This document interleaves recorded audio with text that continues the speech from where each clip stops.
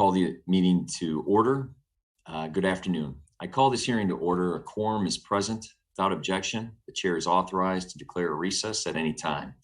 Before we proceed, I would like to go over a few housekeeping items for our remote hearing. First, if you're experiencing connectivity issues, please make sure you or your staff contact our designated technical support so those issues can be resolved immediately.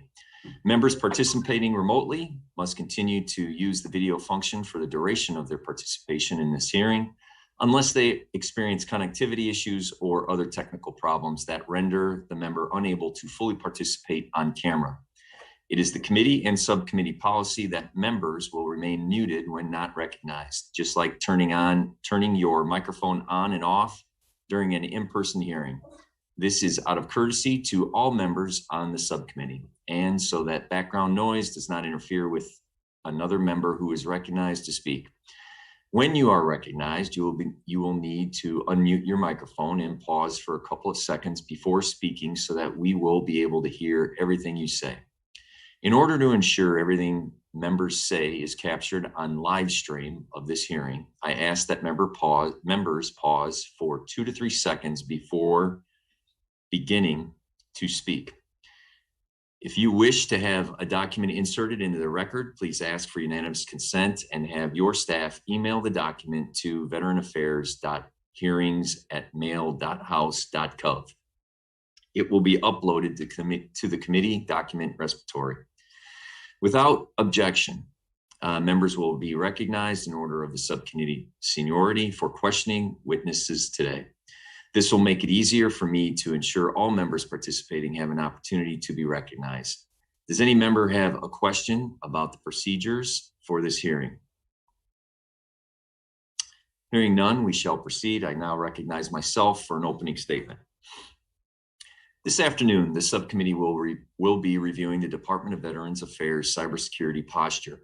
We will also be reviewing the findings in Annual Federal Information Security Modernization Act, or FISMA, audit.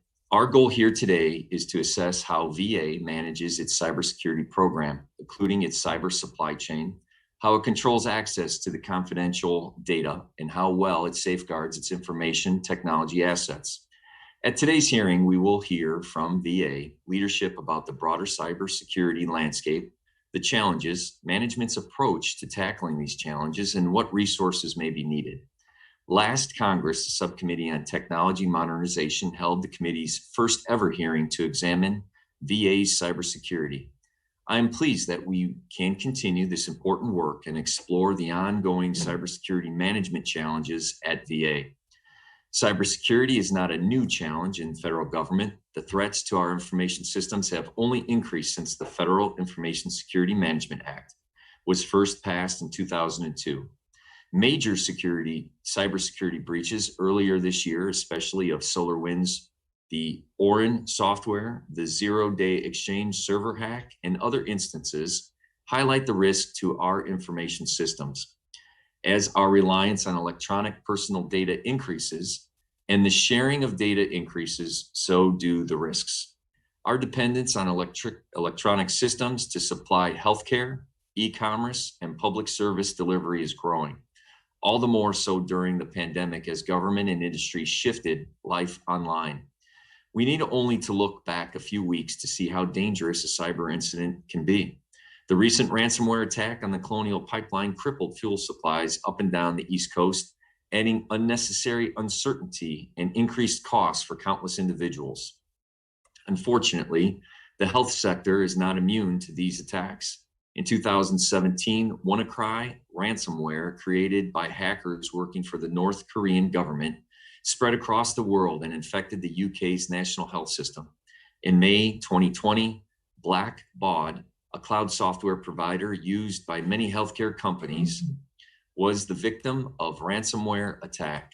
So far, more than 6 million individuals have been impacted. Many experts estimate that we value the medical records on the darknet is higher than that of password and credit cards. According to the security company Comparitech, in 2020, at least 92 individual ransomware attacks affected more than 600 separate clinics, hospitals, and organizations, and over 18 million individuals patient records. Ransomware attacks may have contributed to over 40,056 hours or 1,669 days of downtime to healthcare organizations in 2020.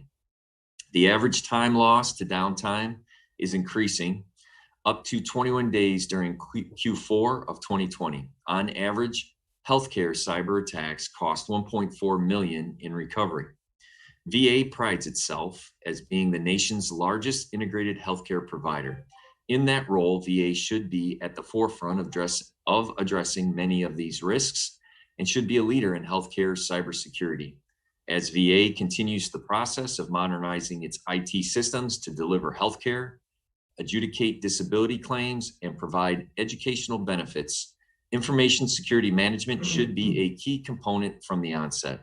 The subcommittee is still concerned that VA has not done enough to assess risks and develop long-term information security strategies. Numerous Inspector General and Governmental Accountability Office reports continue to cite management failures and lack of internal oversight. They also repeat recommendations year after year, seemingly without adequate progress in resolving them.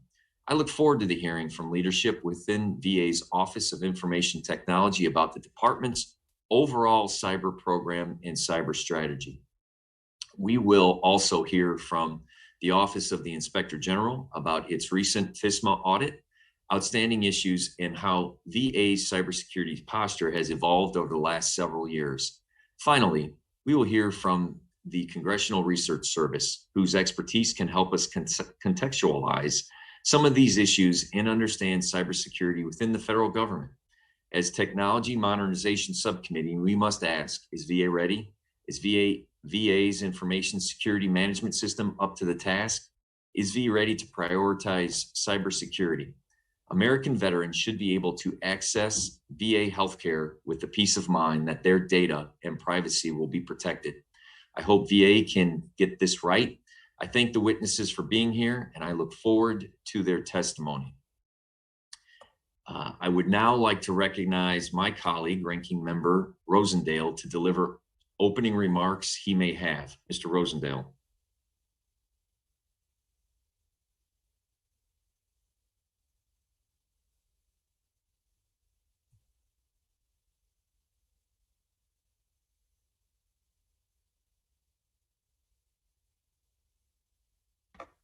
Ranking Member Rosendale, for a reason we do not have sound.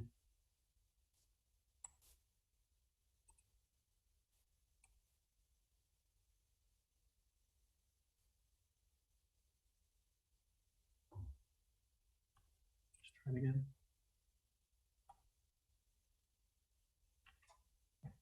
Please try again.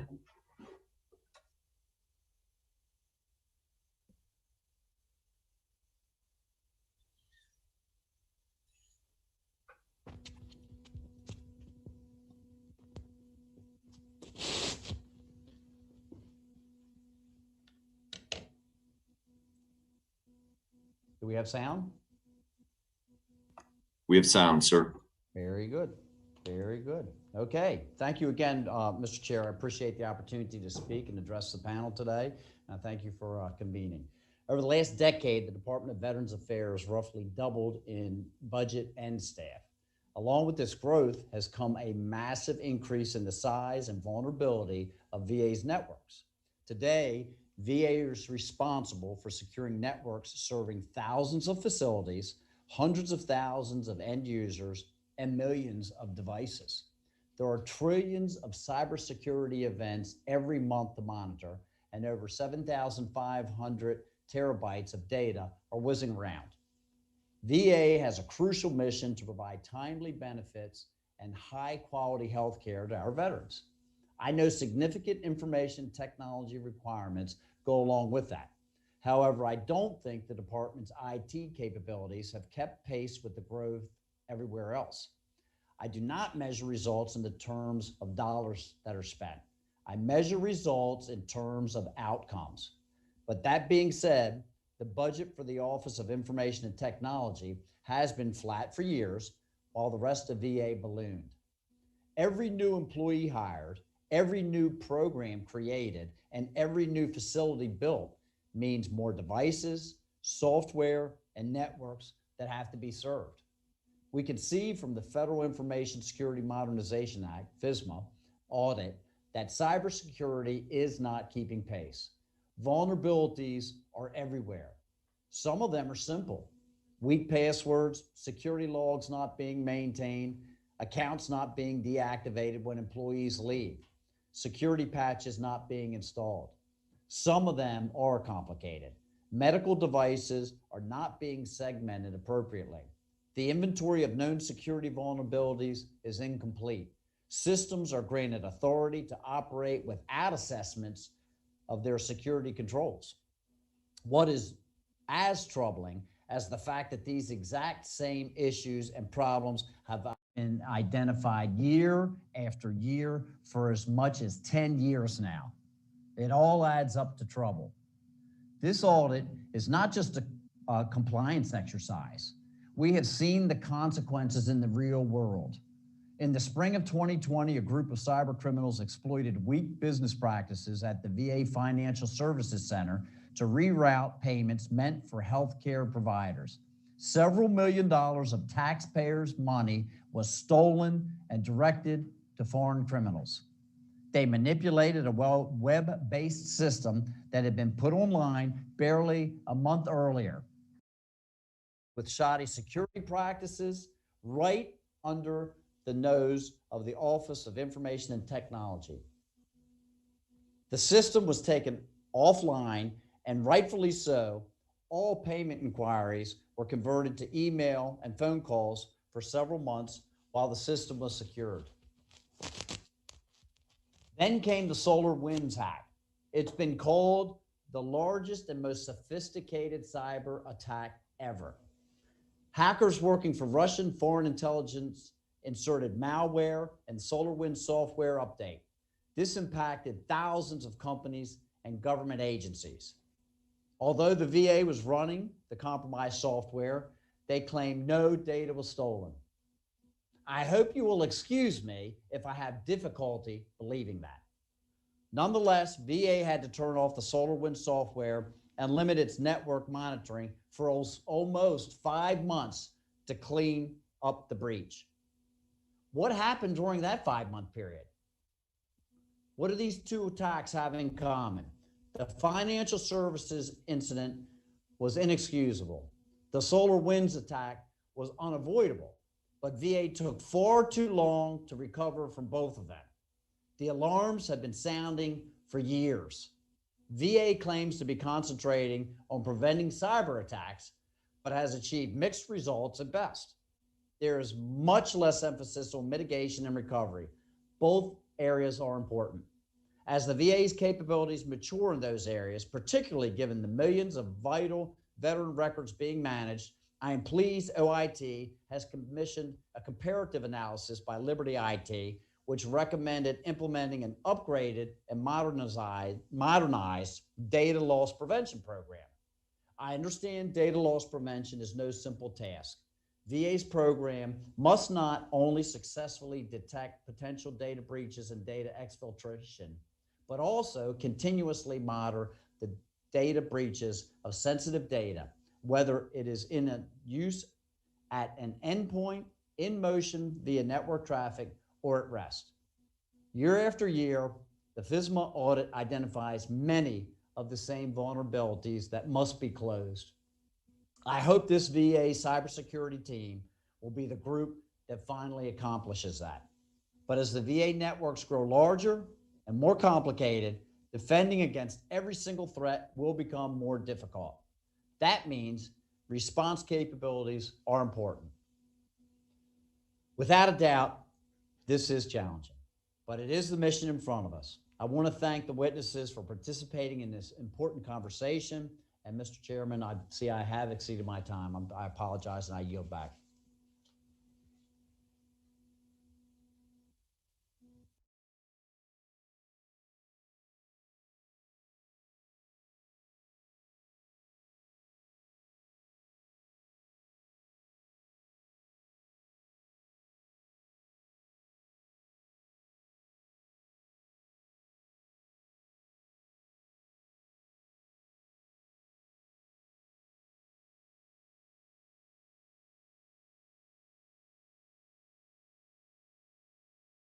Okay. Thank you, Mr. Rosendale. We will get through this at one point. As far as I think it's a plot, Mr. Chair. there's got to be something between. It's a freshman trick they're playing on us somewhere, right? Somewhere, someone's smiling. But we will roll on. Thank you, Mr. Rosendale. I will now introduce the witnesses we have before the subcommittee today. Mr. Paul Cunningham is the Deputy Assistant Secretary and Chief Information Security Officer for the Department of Veteran Affairs. Mr. Cunningham is accompanied by Mr. Gary Stevens, Deputy Chief Information Security Officer and Executive Director for Information Security Policy and Strategy.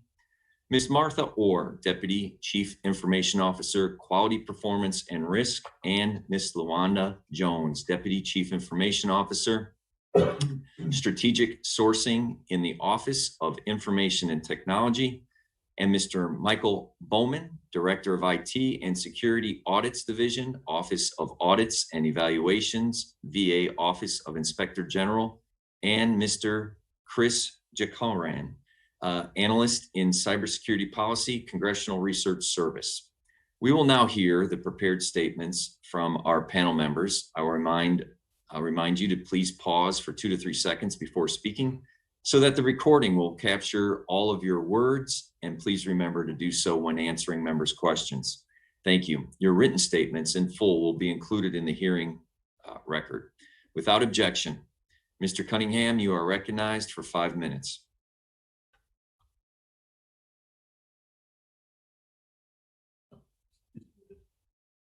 Mr. Cunningham, you are also muted, sir.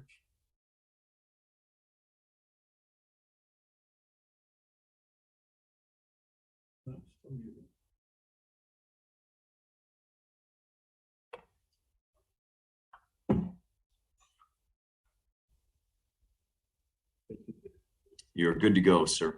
All right, thank you, sir.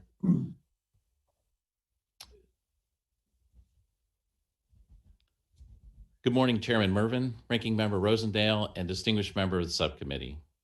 Thank you for the opportunity to speak with you today on the Department of Veterans Affairs Cybersecurity Program and its support to the department's mission of service to the veteran. Today, I'm accompanied with Mr. Gary Stevens, Deputy Chief Information Security Officer and Executive Director of Information Security Policy and Strategy under the Office of Information Technology. Also, Ms. LaWanda Jones, Deputy Chief Information Officer for Strategic Sourcing within OIT, and Ms. Martha Orr, Deputy Chief Information Officer for Quality, Performance, and Risk within OIT. In 2019, I provided this subcommittee with an overview of VA cybersecurity strategy and an update on the Office of Information Security's effort within the VA cybersecurity program. Since then, significant national and international events have altered how we operate and engage with veterans. Despite this challenging time, the department has remained focused on carrying out its core mission of caring for those who won the battle, and we remain vigilant in the protection of veterans and employee information and VA assets. The coronavirus pandemic has changed the way VA provides its service to veterans, yet it did not alter our approach to cybersecurity. From a cybersecurity perspective, the threat to our network remains the same. Our adversaries are nation-state actors, organized crime organizations, and individuals who have nefarious agendas. Their motives continue to be financial gain, corporate or state-sponsored espionage, or damage to the department's reputation and public trust. However, the pandemic did fuel the adversaries with new content and topics to leverage in their attack. For example, phishing campaigns were disguised as COVID-19 informational updates, enticing users to click on the links, which provide the attacker additional access or downloaded malicious software. Fortunately, our workforce was well trained in identifying these types of attacks, and we had the tools in place for reporting and responding to those threats. The department was also well poised to support COVID-19 response efforts, including expanding the use of telehealth and virtual work environments. As OIT increased network bandwidth and rapidly deployed cloud-based conferencing services, the cybersecurity team ensured veterans' data remained safe and secure. OIT's information security expedited the security review of critical medical technologies, adjusted our risk thresholds based off the operational constraints, and provided security assessments for the enhancement of remote connections to VA networks. Our team's actions allowed VA to continue to provide seamless and uninterrupted delivery of healthcare, services, and benefits to the veteran. The department continues to refine and improve its cybersecurity program with its core tenets defined in Federal Information Security Modernization Act of 2014 and supported by the National Institute of Standards and Technology's Cybersecurity Framework and the Risk Management Framework. These foundational frameworks provide cohesive, risk-based approach toward meeting departmental mission objectives. VA's approach empowered cybersecurity personnel to engage with mission, business, and system owners to develop and deploy innovative technologies in a secure and effective manner. The last year has proven that technology will continue to grow as a mission enabler for the department. Veterans have come to expect the same level of access and convenience in their engagement with VA as they experienced in their personal online activities. They also expect their data to remain protected. With the strategies and policies and programs we have in place, the department has risen to that challenge and continues in its mission to protect and secure the information of and services to the veteran. With a balanced, risk-managed approach towards secure computing, we will maintain the confidence and trust of veterans, our stakeholders, and the greater public. In conclusion, I want to thank Congress, and specifically this subcommittee, for your continued interest and shared commitment to the success of VA's mission, including the cybersecurity program. Mr. Chairman, Ranking Member, a member of the subcommittee, thank you for the opportunity to testify today. This concludes my statement, and I'm happy to respond to any questions you may have.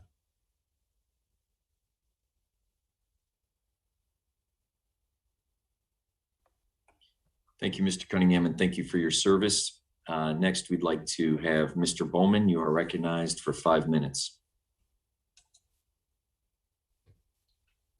Can you hear me? Yes, sir, we can. All right, thank you. Chairman Mervan, Ranking Member Rosendale, and members of the subcommittee, thank you for the opportunity to discuss the Office of Inspector General's oversight of VA's IT security program. My statement focuses on the department's security program objectives and the challenges it faces in protecting the confidentiality, the integrity, and the availability of VA systems and data. IT systems and network are critical for VA to carry out its mission of providing medical care, a range of benefits and services to millions of veterans and their family. The OIG recognizes and appreciates this is a very complex undertaking. To the extent the VA does not properly manage and secure their IT investments, they can become increasingly vulnerable to intrusions by groups seeking to obtain sensitive information, commit fraud, disrupt operations, or launch attacks against other VA systems. Security failures undermines the trust that veterans put into VA to protect their sensitive information. This can also adversely affect veterans' engagement with VA programs and services. The Federal Information Security Modernization Act of 2014, also known as FISMA, requires that agencies develop, document, and implement an agency-wide program for the system and data. For the 21st consecutive year, the OIG has reported to the extent which VA has IT safeguards in place consistent with FISMA requirements. The OIG's conclusion from the FISMA audit are not new. Rather, they're a repeat of many of the same concerns that the VA's IT security program that we've reported in prior years. VA continues to face significant challenges in complying with FISMA requirements. This is due in part to maintaining an aging and outdated IT infrastructure. Our fiscal year 2020 FISMA report, which was released last month, contained 26 recommendations for improving VA's IT security program. Most of these recommendations have been repeated for many years because VA has not adequately addressed our prior IT security concerns. Our findings and recommendations focused in the following areas: configuration management controls. These controls are designed to ensure critical systems have the appropriate security baselines in place and have up-to-date vulnerability patches implemented. During testing, we have consistently seen VA systems have not installed the latest critical security patches. The OIG has concluded that VA systems were not securely configured to mitigate against known and unknown information security vulnerabilities. Identity management access controls. These controls are meant to ensure password standards are consistently implemented and to limit user access privileges to those necessary and only for legitimate purposes. The OIG has seen many examples of VA systems using default usernames and passwords or easily guessed passwords. The use of weak passwords is a well-known security vulnerability that allows malicious users to gain unauthorized access to mission-critical systems. Overall, the OIG's FISMA audit, in addition to other reports on VA's IT security program, shows that VA has considerable work to do in order to achieve better IT security outcomes. VA's fundamental mission of providing benefits and services to veterans is dependent on deploying secure IT systems and networks. Until processes are in place to ensure adequate IT controls are deployed across the enterprise, VA mission-critical systems and sensitive veteran data will remain at risk. While VA has made some recent improvements in information management, considerable challenges remain. We believe that VA's successful implementation of our FISMA recommendations is vital in its effort to achieve ongoing and address emerging IT security risks. Mr. Chairman, this concludes my statement. I would be happy to answer any questions that you or other members of the subcommittee may have.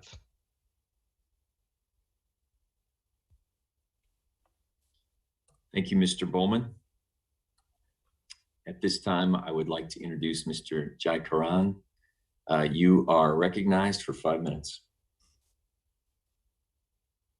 Chair Mervan, Ranking Member Rosendale, and members of the subcommittee. Thank you for the opportunity to testify before you today. My name is Chris Jai Grant. I am an analyst in cybersecurity policy at the Congressional Research Service, with a focus on national cybersecurity policy and federal agency cybersecurity. I have been in this role at CRS since 2015. CRS provides Congress with analysis that is authoritative, confidential, objective, and nonpartisan.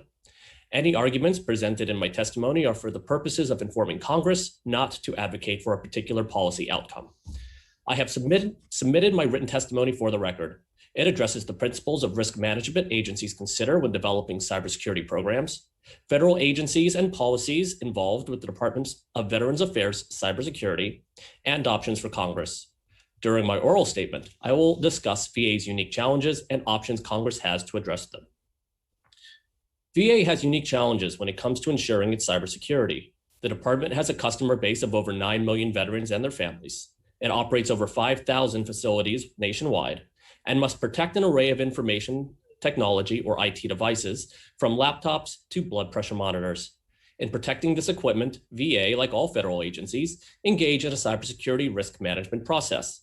Prior to purchasing a cybersecurity tool or implementing a new process, agencies must first understand what data and systems they possess, how that data and those systems may be attacked, and how likely those attacks are, and what challenges the agencies may face if the data and systems are impaired.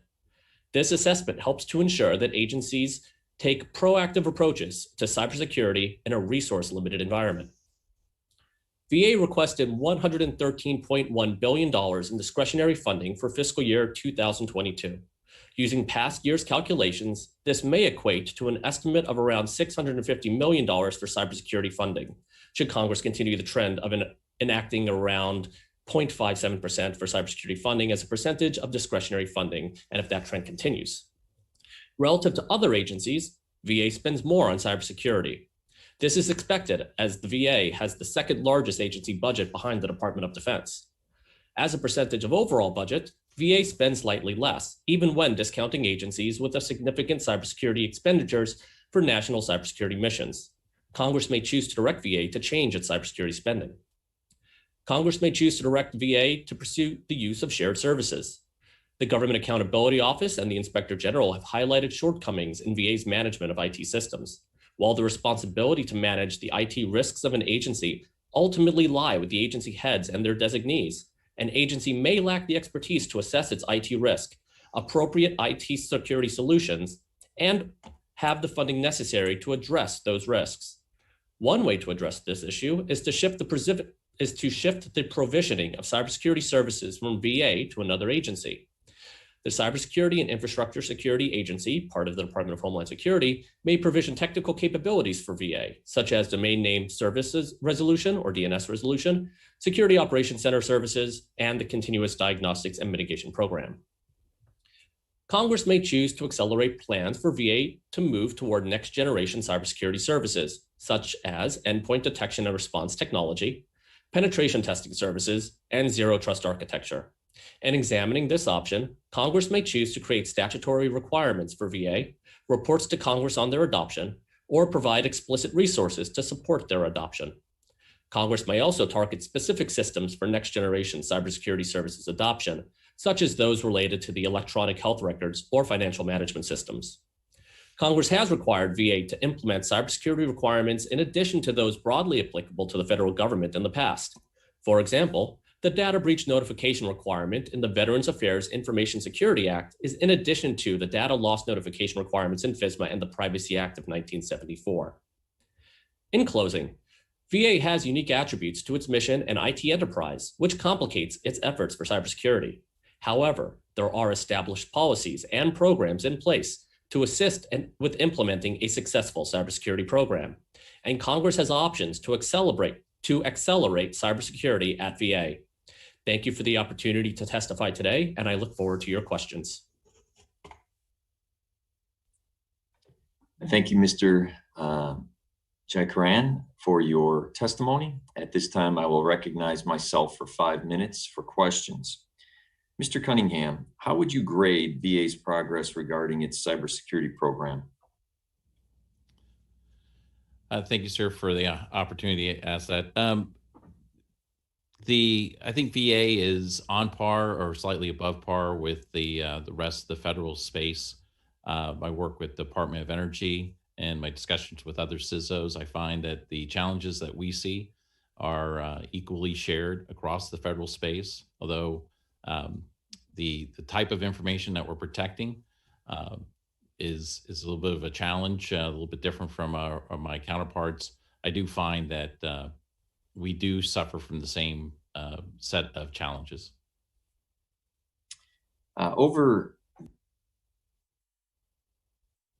Sorry, I lost your feed. There you go. How are you, sir? Over the last several years, the Office of Inspector General, the OIG, and the Government Accountability Office have identified a number of areas where VA cybersecurity remains deficient. Mr. Cunningham, can you identify the specific information security areas where VA leadership has been able to make progress? And what, if any, program office changes are you planning to make to ensure the proper level of management and oversight of departmental cybersecurity? So each of the findings from all assessments, to include the IGs, are reviewed with the auditors to look at, one, understand what the risks are, and then to formulate a response strategy. That is conducted through our Office of Quality, Risk, and Performance, Ms. Martha Orr, and I'll ask her to talk about the specifics of those findings. But in that, the second part of your question was about organization. The department has a more centralized risk management approach to cybersecurity, where the CIO is the central part, and then it provides that security and IT capability across the department, with minor exceptions around the medical community that relates to HIPAA, where HVA has as the certified authority under HIPAA, has delegation for responsibilities. So HIPAA compliance is strongly coordinated with VHA through our privacy office in that regard. And then lastly, on our organization, there's the applications that reside on our networks are usually owned by the business owners. Over the last year, I've seen a greater improvement in coordination as well as in development around DevSecOps, where security is being built around each step of the development and in operations. And that's being embraced by our business owners as well. And with that, I'd ask Ms. Ord if you have anything else you would like to add. I would just add to your response, Mr. Cunningham, that we do work closely with both the Office of Inspector General audit staff as well as GAO to make sure that when we do develop our corrective action plans, we fully understand the recommendation and the areas which are deficient and adjust and make any adjustments to our plan accordingly. And that is an ongoing process that we have to ensure that we are moving forward in a way that will correct the deficiencies noted by those two organizations. Thank you. Mr. Bowman, the Office of Inspector General annual FISMA audit identified 26 recommendations, 24 of which are repetitions from the previous years. Based on the IG's review of management challenges at VA, how and why has VA struggled to prioritize addressing the findings from past FISMA audits? Thank you for the question, Mr. Chairman. I would characterize VA as a large and decentralized organization. It's got at least 400,000 employees, 300,000 contractors. It's got millions of computer endpoints that it has to monitor every day. And because it's so large and decentralized, it's difficult to roll out a security posture across the enterprise. So when we conduct audits, we'll go to the major data centers and we'll perform the same procedures and we can see improvements there. But when we go to VA facilities that we've never visited, we tend to see a different security posture just because it's not monitored in advance of our FISMA audits. So that's, I would say, primarily the reason that VA has a hard time improving in security. It's just large, diverse, and complex. Thank you, Mr. Bowman. My time has expired at this time. Mr. Rosendale, you are recognized for 5 minutes for questions. Thank you, Mr. Chair. Mr. Cunningham, I'm going to start off with you. What's the state of VA's data loss prevention program and has it been deployed? Sir, I think early in comments you talked about the department's seeking outside support and contract to come in and develop a long-term strategy. We received that strategy last year. We're in the midst of deploying that strategy with the intent of having IOC within the next 12 months. And it's a multiple elements to DLP or data loss protection that goes beyond just technical. There's also the element of training people on how to properly code and also recognize potential sensitive data, making sure it's properly tagged so we can discover it through technology means. Okay. So can you tell me if there are any gaps in the procurement as it relates to the Federal IT Acquisition Reform Act? As far as so you're asking in acquiring the DLP solutions? Exactly. Sir, yes. Currently, there's several acquisition activities going on around DLP. There's several actually that all coincide because, as I mentioned before, it's a little more than just one solution. I'm not aware of a gap. We are looking at funding solutions to support DLP as a priority. Okay. Is there something, what do you think that we could do to help clear up that process and help expedite this so that we're not leaving ourselves so vulnerable? Well, certainly the interest of this committee on this topic is going to be helpful as well. I don't see any direct line for the committee as far as from law or regulation that would remove any of the other priorities that we have in play. And again, continued support around funding. But I think that's what you're asking. If there's anything specific you can do, Sure. I'm not aware of anything right now that we can do. Okay. Let me see. I want to ask this of Mr. Bowman. I'm trying to identify the differences between this testing, if you will, or checks for the audit. In a typical year, it includes the FISMA audit, includes your auditors probing the VA's cyber defenses. How sophisticated are the tactics that they utilize for this testing to actual cyber criminals? So if you could put in perspective, the testing that's taking place as compared to the tactics that the cyber criminals are using to actually utilize this information. And is this testing comparable to what we would see in the private sector when they are going at and testing their actual protections for cybersecurity? Yeah, so the tools that we use are credible. They've got a good reputation. We'll use Nmap, we'll use Nessus, we use database scanners and web application vulnerability scanners that are extremely credible. They are very good at identifying high risk and critical vulnerabilities. Probably not as good as identifying zero-day vulnerabilities, just because it takes a while to recognize those. Our tactics are, say, well communicated in advance. VA is aware of our IP addresses. They're aware of the types of scans that we're performing. We're mostly looking at VA's ability to patch and remediate critical and high-risk vulnerabilities and how long it's taking them to complete that patching cycle. Now, if you're talking about an attack from the outside, it's going to be more stealthy. It's going to be an active, persistent threat. And if it gets a foothold in VA, if VA doesn't have its monitoring turned on, its audit loggings turned on, VA is not going to know that its system's been compromised, where our activities are well announced. So that's really the major difference. Our tools are very credible. So basically, though, what we're dealing with is having an open book test. You let them know, here's what we're checking, and then you go in there and check it. I don't think the cyber criminals use the same tactic. They're going to use a lot different tactic. Yeah, and exactly. they're not going to be as noisy as we are, that's for sure. Yeah, okay. And then I've one last, I've lost my time, Mr. Chair. We'll go try and catch it on the next round. Thank you, Ranking Member Rosendale. At this time, I'd like to recognize Congressman Takano, Chairman Takano.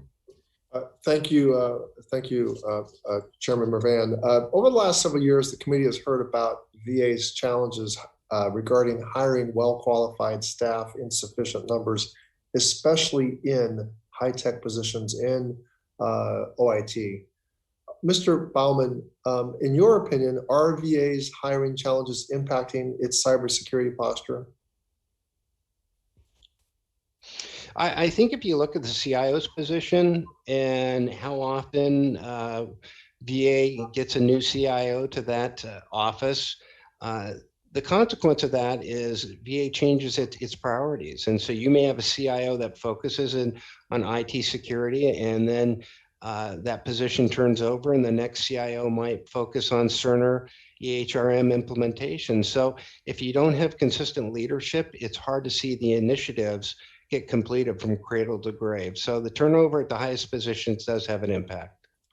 But what about this the entire workforce in OIT? Is there an issue of insufficient workforce, or is it more a problem of leadership? You know, our FISMA really doesn't get much into workforce development, but we have done other work in this area, and we've seen vacancies at leadership positions stay open, stay vacant for years. So that's got to have an impact. Mr. Jackaran, can you comment from your perspective what goes on across the government? I mean, I know you're not from necessarily VA specific, but would you say that this is a kind of a common issue across government agencies and departments? Thank you for the question, sir. Yes, I would say that this is a common issue. Each year, in addition to the IG's report to Congress, the Office of Management and Budget is required to submit an annual FISMA report to Congress, which rolls up the snapshots of all federal agencies. Looking at those snapshot pages, we do find some commonalities across federal agencies and their FISMA compliance. Mr. Cunningham, does VA leadership see a connection in hiring difficulties and the deficient information security posture identified by GAO? So The department recognizes that across OIT in general, we need a strong workforce. We're working with the department on the manning issues. And in light of that, I mean, I can tell you that we have approximately 6,700 IT specialists, of which about 700 are designated as InfoSec InfoSec specialists. And of those 700, about 250 of them work directly under my office. Mr. Baumann didn't use the word that I'm using as far as continuity, but I mean, the lack of continuity, the constant change of leadership. Do you agree with the IG in that assessment that that poses a challenge in terms of cybersecurity as a priority? I think long-term strategies for cybersecurity is always a challenge. It's very dynamic, and then of course leadership does change priorities. Even as recent as last week, we've changed around the executive order and also directions from Congress on what the priorities are. The manning level is very complicated. I think there's a lot more to be unpacked there about what's the right level in federal spaces on cybersecurity people as it relates to budget or number of drops or number of employees. I think there's a lot more that can be done there. I'd like to hear more from the GA or from our other guests to if he has more data on what the federal average is on those.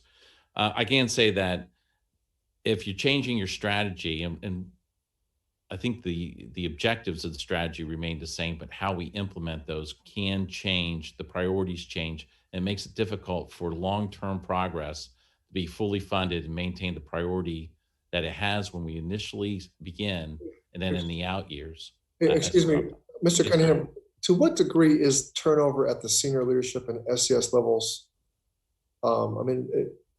Can you, that's the same as a similar question to contributing to the cybersecurity management challenges. And I think you've kind of answered some of that already. Okay, yeah, absolutely. It's an effect. Anytime someone comes up with a new strategy, it will influence the strategy, and of course, then it will impact long term how we implement it. So, my time is up. I'm sorry. Yeah, so I'm going to yield back, and thank you, Mr. Mervan. Thank you, Chairman Takano. I recognize myself for 5 more minutes. Mr. Cunningham, Mr. Bowman had spoken to the fact that when there are new facility visits, there are new failures that are identified. My question is, as an enterprise, what is the process to have all failures at all the facilities compliant? How do you learn? How do you translate one failure in one facility to successes going forward? That's a great question. First, all the findings that are reviewed from the IG are shared. We break them down and then we share them with our larger field offices. We have approximately 400 plus information system security officers out in the field. And we talk about these findings and what other organizations are doing to resolve those. And of course, then we also move those into policy if it's rampant, that we can put in policy to promulgate performance. Again, how these implement are related to humans and to a vast network that we have. It does get complicated to ensure that the zero tolerance level is maintained. We drive every day to drive down those risks, to implement those in a more cohesive fashion. Thank you, sir. Thank you. My next question is for Mr. Cunningham or Mr. Stevens. The 2021 VA IG FISMA audit rates VA's information security program as not effective. What is preventing VA from making improvements in its standing on the FISMA audits? What resources does VA need in order to gain ground in this area? So I'd start and then I'll turn it over to Mr. Stevens. A major contributor of that calculation is around the CAP goals, or the cross-agency priority goals. We're reporting that we completed 7 of the 10. Of those, we've looked at 3 of them that are outstanding, and we've one has to do with the accreditation or authority to operate. There was 7 systems that did not have a current authority to operate. Those have been addressed and resolved. And then we also had a lot of domains. That was the second one, was domains that were va.gov, but they weren't managed by the government, and we're down to 1 of those. So we take those findings and we drive those to completion. And again, the targets of those are 100%. So 1 off, which I believe is a testament to VA of being able to report the transparency that for even 1 off, we will not accept that as 100%. We'll count that as 98.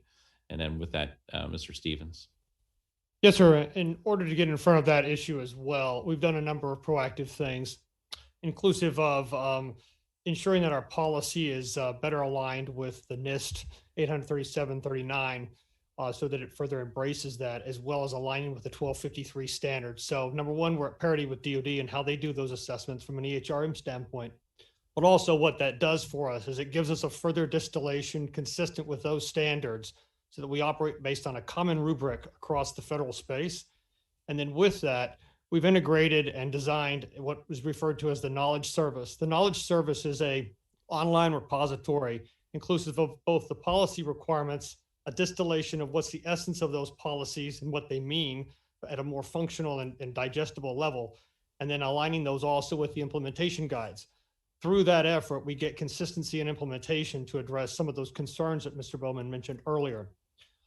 In addition to that, we've also pursued an active engagement with identification of what we've referred to as the Common Security Framework champions. Those champions are designed to assess holistically across the entire enterprise at the category and subcategory level. So we get a perspective on the overall overarching implementation from a holistic standpoint across the VA space. And then based upon that, we're able to identify where there's deltas in what we believe we should be at and what we desire to be with, and then take proactive means in order to identify the set of things that we want to do corporately to address those gaps. Thank you, sir. Mr. Cunningham, I'm concerned about some of what I saw in VA's budgetary submissions to Congress earlier this year, and the topic that was discussed by Mr. Jaykaran. VA's 2021 budget request was $460 million for information security, which equated to 44% of 0.44% of discretionary budget. That is the lowest percentage in the last 5 years, and a reduction of $65 million from the 2020 enacted budget. How much do you anticipate will have gone to cybersecurity, including all supplemental funding for fiscal year 2021? For 2021, I'd have to go back for the record to get you the exact number, but my rough estimate of cybersecurity, I want to say, is roughly about $300 million in that, rolled up with the supplemental. And then I just have one more question for right now. How can VA justify a 2021 budget request where information security is the lowest percentage of discretionary funding in over half a decade? Sir, that's a difficult question to answer. I'll have to bring that back to the record. I agree that we have to invest in IT. Legacy systems are probably the biggest risks that we have. I'll bring it back for the record. And what is VA's approach to the fiscal year 2022 budget request for information security funding? Has there been an impact due to supplemental funding for the pandemic response? From a cybersecurity perspective, we've been able to leverage some of the supplementals as we moved cybersecurity activities to assist in the COVID response, especially when it comes to remote environments and as well as telehealth. Okay, at this time, I'd like to recognize Ranking Member. Okay, so I apologize. I'm going to have another round of 5 minutes of questions. Mr. Jaykaran, strategically, how would you compare VA cybersecurity spending and resource allocation with the rest of the federal government? Looking at strategically, my written statement for the record has a table A1 that looks at the percentages that agencies are spending as a relation of their base discretionary budget. So that does not account for supplementals or emergency funding, but the base discretionary budget that OMB reports as part of the president's budget. Few agencies top 1% of their spending for cybersecurity. Those that do have a significant national cybersecurity mission, such as the Department of Homeland Security. Most agencies are below 1%. However, even the agencies that are below 1% are spending closer to 0.25% on cybersecurity in protecting the agency's internal networks, as opposed to the Department of Veterans Affairs, which is spending closer to 0.5%.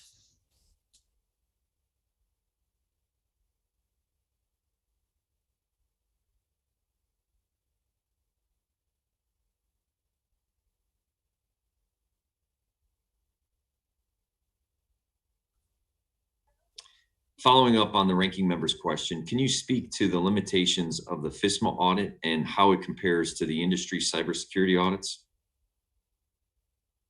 Mr. Jayakaran.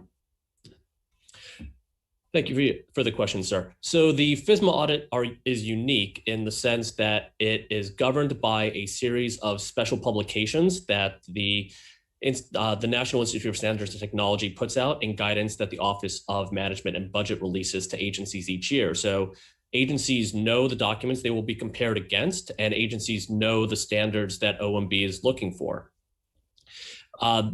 That sense of knowing what an audit is going to look for is repeated throughout industry. So if you look at the SOC 2, or you look at the COBIT, or the ISO 2700 family of information security standards, those are published, and organizations know what they would be compared against to. So in this sense, the federal government has followed the operations of industry.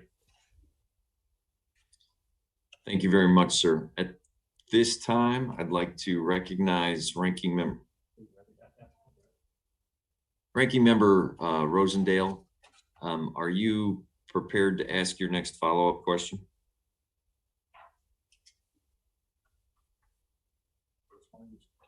Okay.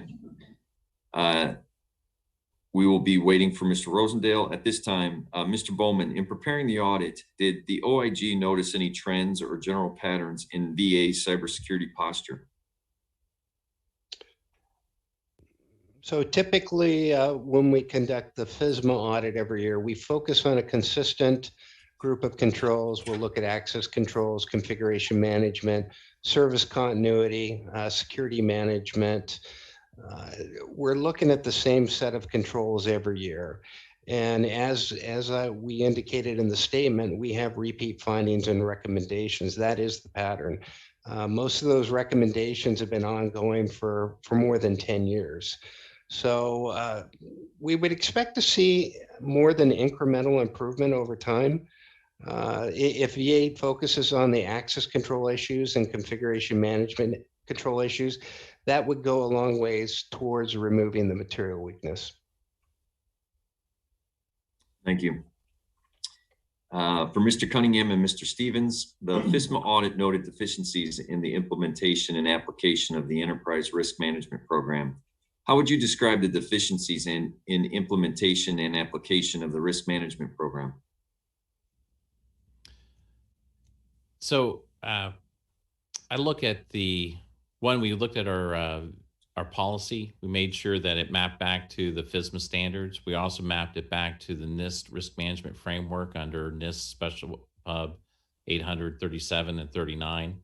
And we're actually looking at each of the 8 elements in FISMA 2014 of the cybersecurity program. We're looking through those lenses to improve our understanding of risk from an organization, mission, and system level.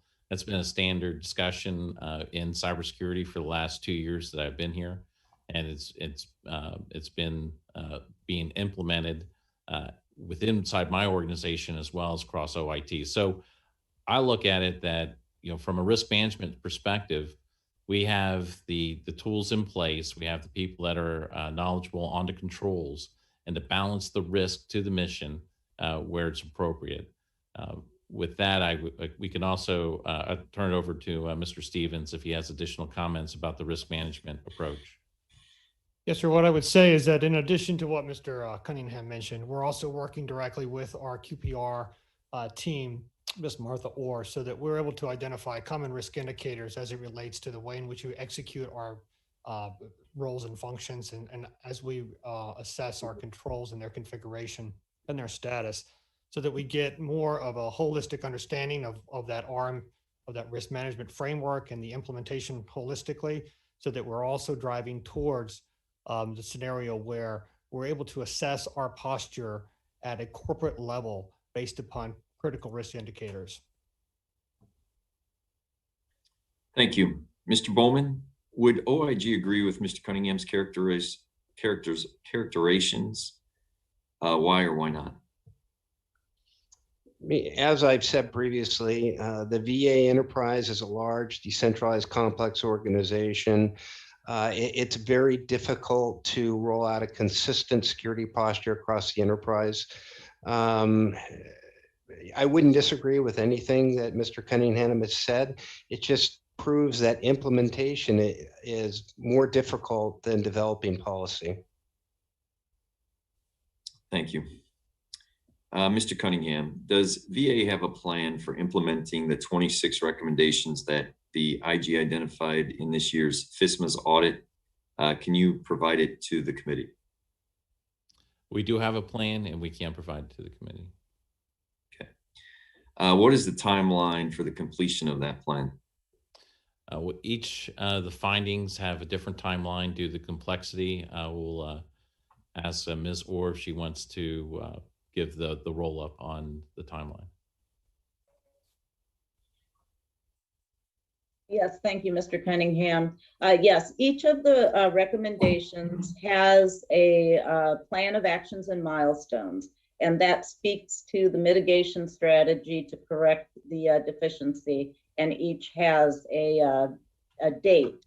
I believe the dates do go out for several years at this point, 2 or 3. They will be, though, noted in the documentation that we provide to you with the corrective action plan. Thank you. Who's accountable for the accountable official at VA if the department continues to fail to implement the recommendations or improve its cybersecurity posture? If you read FISMA 2014, the secretary is ultimately responsible, and that's delegated to the CIO, who designates it to the security officer, myself. The Government Accountability Office has recommended that VA take several steps, including developing a cybersecurity risk management strategy to improve department-wide cybersecurity. What are the specific actions the department has taken in response to the GAO's 4 priority recommendations? I don't have that in front of me. We address all findings through our QPR process. Ms. Orr, do you have specifics on those 4? I am sure that I do have specifics on those 4. I just don't have them at hand. So if I could please take that for the record, and I would be happy to provide the responses that we did give to GAO. When do you anticipate finalizing these steps? Again, those recommendations would have a date that we committed to finalize the steps, and it will be part of the response. Thank you, Ms. Orr. At this time, I'd like to recognize Ranking Member Rosendale.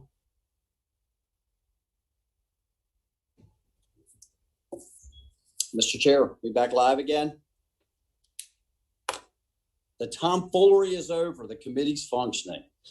Mr. Cunningham, how does the department assess technology risk, and how are the decisions you and your team are making on those risks conveyed to the secretary? Thank you. Systems are assessed when they're brought online, and then through a normal reoccurring periodicity based off the risk of the system. Those findings are shared with the authorizing official, and it's the authorizing official's decision of the risk based off a policy on whether they can handle whether that system continues to operate or not. Those risks are then brought up to the CIO and myself if there's a significant issue with the system that needs to be brought down, or if there's a choice to operate outside those parameters, that's also brought up.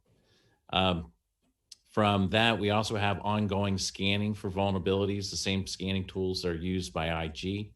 We use the latest indicators of compromise provided by the Department of Homeland Security. And in that, when we find vulnerabilities, we notify those to the system owner and the information system security officer assigned to that system for remediation.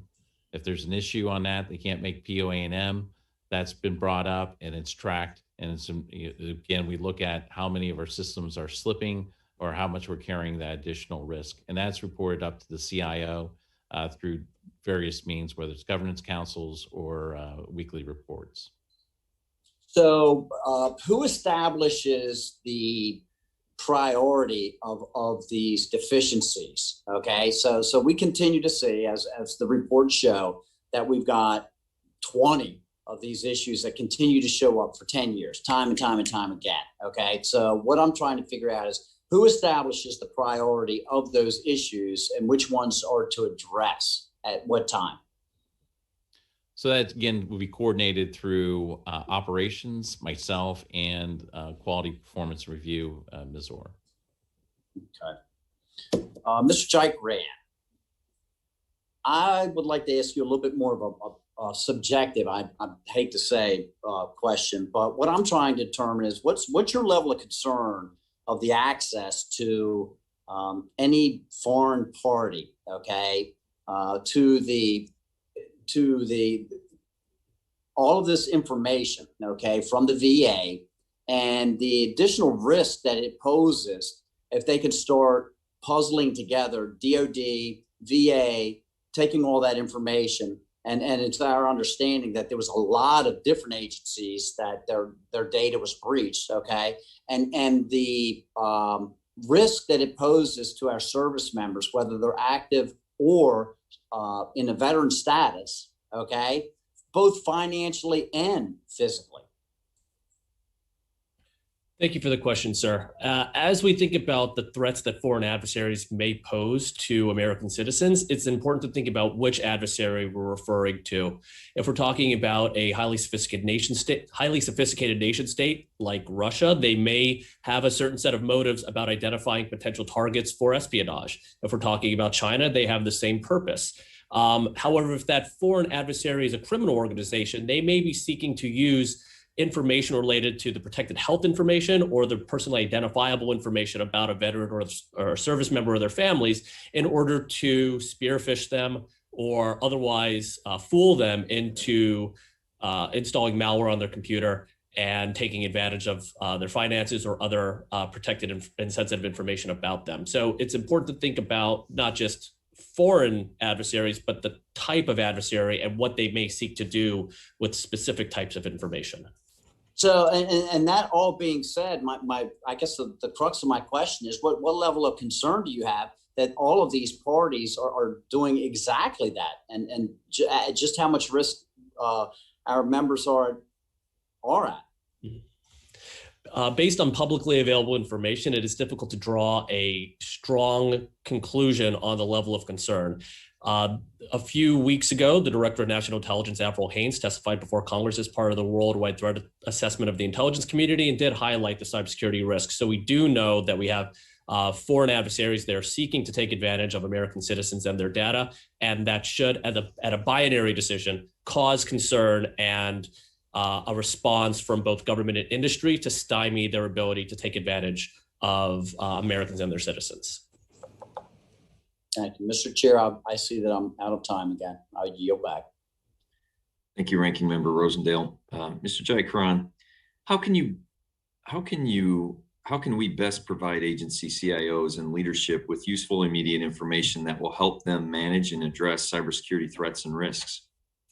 Thank you for the question, sir. There are a couple of proposals that could help with that. So one is to think about how agencies assess risk to their own networks and try to provide agencies useful information that they can use across agencies to assess that risk. A couple of proposals there have been for the Department of Homeland Security to do so. Additionally, there are actions in the most recent Executive Order 14028, that the Biden administration released, I believe it was just last week, directing DHS, OMB, and other agencies to both work with vendors so that vendors are providing information to the government, and for the government to be able to better assess threats from that information and provide that out. So one way is to improve the information that agencies are receiving so that they can then internalize that risk. Once an agency internalizes that risk, they still need to know what to do about it. So another proposal has been for other agencies to provide better baselines for how agencies can mitigate risk. Proposals there have gone with the Department of Homeland Security, CISA specifically, also with NIST, who produces the special publications providing guidance to agencies on how they manage their cybersecurity programs. Mr. Cunningham or Mr. Stevens, same question. How can we best provide agency CIOs and leadership with useful, immediate information that will help them manage and address cybersecurity threats and risks? I think a lot's already being done, especially around the Federal CIO and CISO Council. Over the last 5 years, I've seen that group continue to provide resources and the network and the relationships to share information. Again, I think the work that CISA, DHS CISA is doing is incredible. The ability to share information, indicators of compromise, the partnerships that are established have really worked out a lot. And then again, the intelligence community, the work that they're providing and their sharing of information and indicators for us so we can work on our own penetration teams and our threat hunting teams to identify potential malicious activity on our networks. So those things are already in place, and we just need more of that support to keep that going. How would you envision improvements to the interagency cooperation such that risks and threats are communicated across the federal government? There's been a lot of work on that already, but more needs to be done. We want to be able to get to automated indicator sharing, where we've seen in other departments where one site can recognize an indicator of compromise, write a code, and it's automatically deployed across the country. Those sort of activities, things that are found in national labs, we need to start thinking a little bit more forward thinking. The VA has partnered with Oak Ridge National Laboratory under Department of Energy, and we're looking at those sort of ways to, how we protect we use that information at Oak Ridge National Laboratory for research and development, but I work closely with Department of Energy and Oak Ridge National Laboratory about securing networks, and we talk about ways we can share information. What additional resources and or intelligence would you like to receive? The most difficult part of receiving classified intelligence is getting it declassified in a timely manner that's actionable to the field. And that's where I think the biggest challenge is today. Have you identified additional needs given the operational dependencies you have with the Department of Defense? We actually do. We work very closely with the Department of Defense through DHA. We share the ATO responsibilities of our networks. They are able to, we use the same EMAS program as a joint DoD-VA developed solution. So we are in that regard transparent in sharing information. We rely on their analysts as well as our analysts to protect those networks. At this time, I'm going to Mr. Rosendale. I'll yield 5 minutes for questions for yourself. Thank you, Mr. Chair. Mr. Cunningham, how can you be certain that no data was stolen in the SolarWinds hack? I'm very confident in that. One, the malware was downloaded because it was vendor signed. We didn't know as the vendor didn't know the malware was there, neither did we. This automated patch management program is a best practice across federal agencies. Within 12 hours, we were able to bring down all SolarWinds instances so they weren't on the network as an ounce of, as precautionary to meet the executive direct or the emergency directive put out by DHS. So that means that period of time that we recognized that we had a problem, and the time we were able to bring it down in 12 hours across this complex environment is really a testament to VA's capability from an operational perspective. So we went through, we looked through all of our records. First of all, we installed all the indicators of compromise. We replayed our net flow data looking for any other indicators that showed that this might have happened in the past, to identify that maybe an attacker used those indicators before we received them. There was no evidence of that. We then asked DHS to come in and look at our systems, and they did, and they found nothing. We asked the intelligence community to come in, and they said that they would come back to us if they saw anything, is how they put it, and they didn't come back. We also commissioned a third party to come in and look at our systems as well. And it was Microsoft, and they came through and they looked through all of our efforts, and they agreed that there was no indicators that would show that any information, first of all, that the malware was activated or that it was used in a way to move data in a nefarious way. So Homeland Security, after their review, they never really responded, gave you a written response that they did not find anything. They just didn't report back. Homeland Security did. The intelligence community, and they'll come and they'll look from different perspectives. They don't always share their approach for multitude of reasons. And again, they did not come back with a confirm or deny, or they didn't come back with a clear written statement. But they would, they have in the past. They're very quick to tell us if there's something there. So if no data was stolen, the consequences of the SolarWinds cyber attack was the VA lost capability to monitor its networks while SolarWinds software was taken offline. What vulnerabilities did that create, and how do you prevent the additional hacks? Well, SolarWinds provides numerous capabilities, but they're also, we have an overlap. We have other tools in place that were able to be leveraged to cover the gap. The biggest issue was loss in operational monitoring to detect before it fails or immediately when it fails, so we can make sure that it doesn't impact VA's ability to provide services. Again, it was a choice made to be slow and methodical about returning those systems back in coordination with DHS and following their guidelines. So that's what we did. And I looked at it from a standpoint that we were able to minimize the risk from an operational perspective, as well as a security perspective, by leveraging the other tools that we had in our arsenal as we protect our network. Okay. Mr. Jaikaran, I don't see him on the screen. Is he still with us?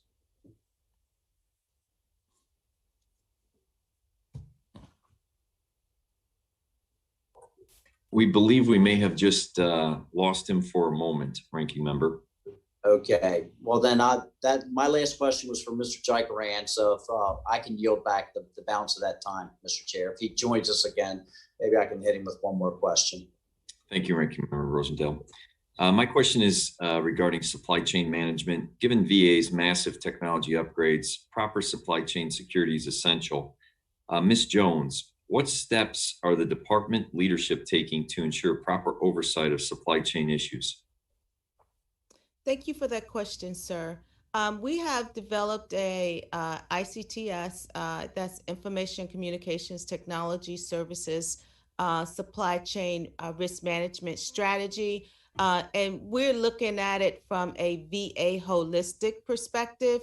We're also working with our contracting offices to ensure and enforce that we have the prohibitive contract language in our contract templates to ensure that we're not teaming, our vendors are not teaming with vendors that are either prohibited from doing business or that are suspended.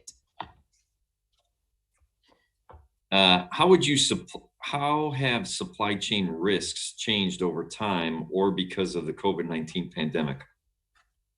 So thank you. That's an excellent question as well. You know, we saw during the COVID-19 pandemic that it was so imperative that we partner with our suppliers. And we had to really understand the supply chain challenges in which they faced, because that would have affected our services and our suppliers. So we found that it is critical to understand our critical suppliers, the data that they are providing us, and any supply chain risks that they may have. And so you're absolutely right. It is critical that we understand the supply chain risk. And finally, does your office conduct information security audits of the enterprise products, such as the new EHRM, the DMLSS, or the FMBT, before or as they are incorporated into VA systems? So would you please repeat that question? Yes. Does your office conduct information security audits of enterprise products, such as the new electronic medical records modernization, the DMLSS or the FMBT, before or as they are incorporated into VA system? So from an OIT perspective, I would request that we take that for the record. Specifically, my Office of Strategic Sourcing within OIT does not do those types of audits. Okay, I thank you. I yield back the rest of my time. At this time, I'd like to recognize Ranking Member Rosendale for his final questions. Thank you, Mr. Chair. Mr. Jaikaran, because SolarWinds was a trusted vendor, the hack would not have been caught by traditional prevention tactics. How did other agencies respond, and what lessons can we take away about the disaster recovery? Thank you for the question, sir. So when I speak to the Department of Homeland Security and to other agencies, it appears that most agencies did adhere to the guidance that the Department of Homeland Security released, specifically CISA, in terms of taking action to remove potentially compromised SolarWinds Orion platform and waiting to bring those back online after DHS was confident that the vendor patched the vulnerability. Once those were brought online, agencies were then advised to segment their Orion instances. So if they were using Orion to monitor their cloud services, those should be different than those used to monitor on-premises services. Agencies also had automated tools released by Microsoft and Homeland Security to do automated searching for indicators of compromise to the Sunburst malware. So in that sense, many agencies follow the same procedures. To go one step beyond that, agencies could engage in a more sophisticated activity of actively threat hunting against the adversary. In this case, it was attributed to be the Russian Foreign Intelligence Service. Not just looking for indicators of compromise related to the Sunburst malware and the SolarWinds compromise, but other indicators of sophisticated actor capability taking action on their networks in an unauthorized manner.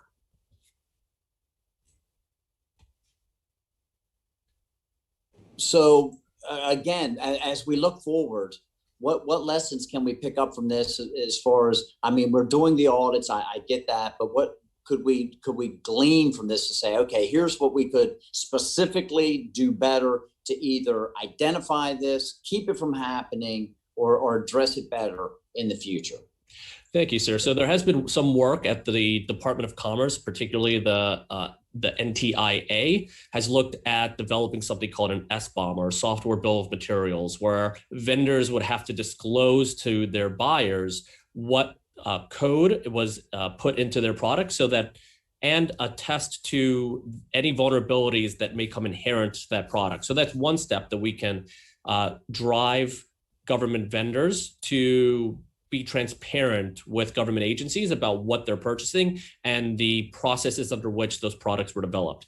Additionally, I speak to this in my testimony that we can assume that not all products will be secure 100% of the time, and to try to do things to make it more difficult for adversaries to take advantage of federal networks, either by inhibiting their ability to get in at all, and once they're in, inhibiting their ability to move about the network and escalate privileges and carry out their objectives.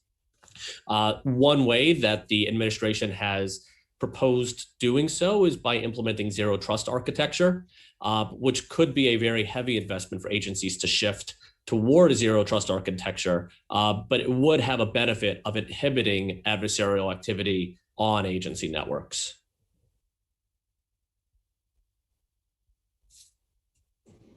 Thank you very much. Mr. Chair, I would yield back again. Thank you. At this time, this concludes our hearing. Would Ranking Member Rosendale like to add any closing remarks? No, sir, Mr. Chair, just thank you all so much for all the information, and I appreciate you taking the time today to be with us. Thank you, Ranking Member Rosendale. I would also like to thank the witnesses for their participation today. And I think we need to continue to examine this issue and to work together to address challenges and concerns in cybersecurity space. I hope this underscores that I believe that cybersecurity must be a guiding part of the department's technology modernization efforts. I look forward to continuing this conversation and hope that we begin to see some real progress in VA's efforts to address these long-standing problems. I think all members will have 5 legislative days to revise and extend their remarks and include extraneous materials. This hearing is now adjourned. I thank you all very much.